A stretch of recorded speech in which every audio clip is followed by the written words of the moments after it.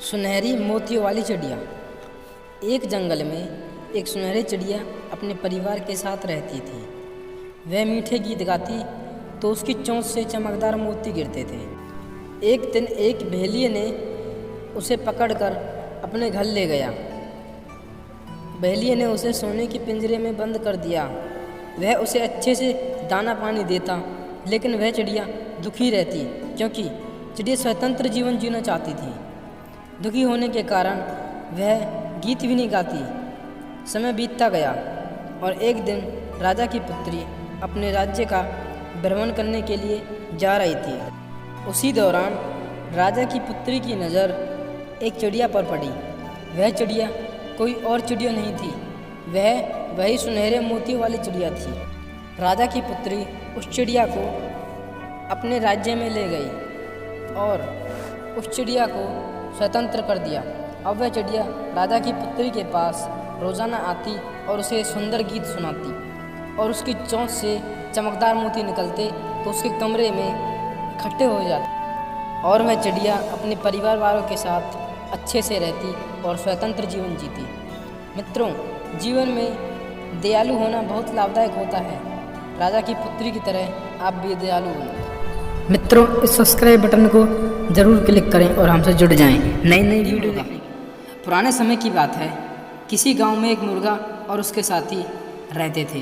वो काफ़ी अच्छे मित्र थे, लेकिन मुर्गे को अपने आप पर घमंड था कि इस गांव में सभी लोग उसके कारण सवेरे जल्दी उठते हैं। उसने सोचा कि मैं एक दिन आवाज़ नहीं लगाऊंगा और सभी लोग लेट उठेंगे। फिर धीरे धीरे दिन ढलने लगा और रात हो गई और ऐसा ही करते करते धीरे धीरे सवेरे होने लगा। सूर्य अपने प्रकाश बिखेरने लगा। सभी जीव जंतु उठ गए और लोग भी अपने काम पर जाने लगे और आसमान में पक्षी चहचहाने लगे।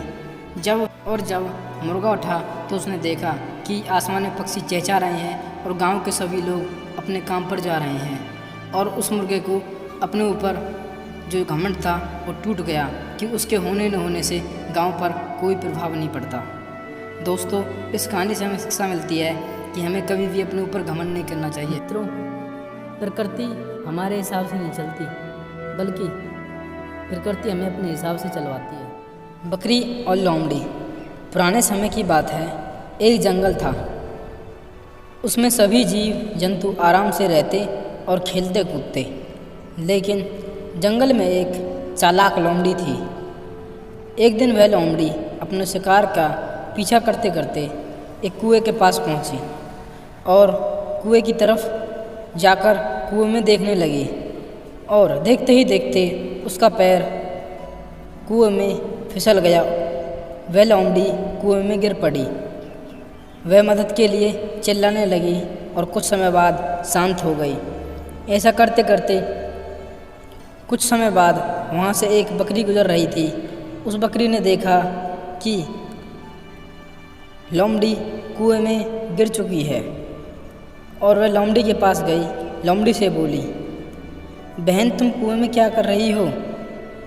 चालाक लोमड़ी बोली, जंगल में सूखा पड़ने वाला है, इसलिए मैं कुएं में हूँ ताकि ज़्यादा से ज़्यादा पानी पी सकूँ।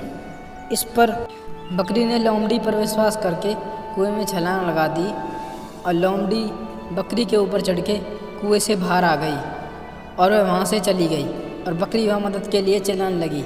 मित्रों, इस कहानी से हमें शिक्षा मिलती है, हमें कभी भी किसी पर आंख बंद करके विश्वास नहीं करना चाहिए, क्योंकि जो व्यक्ति आंख बंद करके विश्वास करता है वह अत्यधिक धोखा खाता है।